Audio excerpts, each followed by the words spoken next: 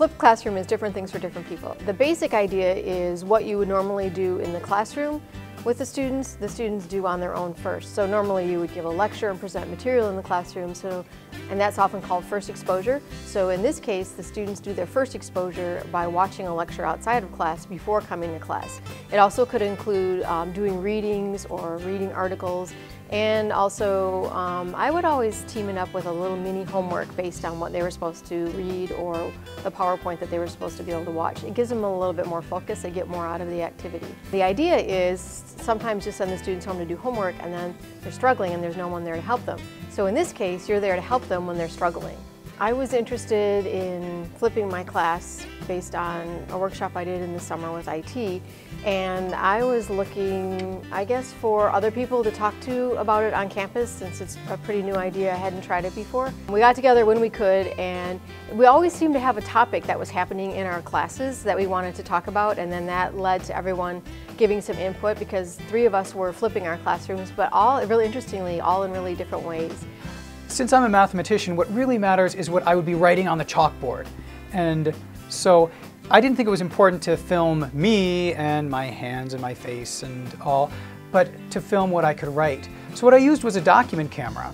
And I would begin a lecture just writing out my equations and whatever I was using in order to solve the problems and give a lecture on calculus. And the students would then be able to view those videos at their leisure. If they came across a part that was difficult, they could pause it, rewind it, listen to it again. They found that aspect to be very helpful. The students were really getting it. They were coming into class asking the right questions, working on the right problems.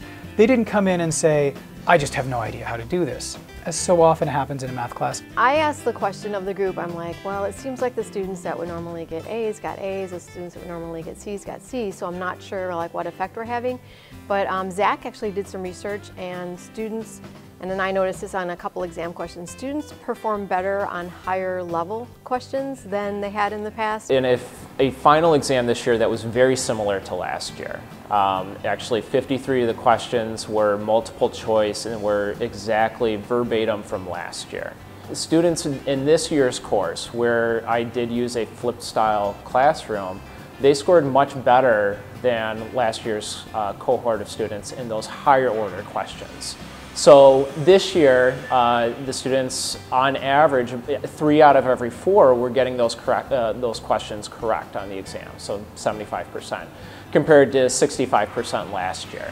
I'll tell you, at least from my perspective, so I've taught now for a year and a half, here at least.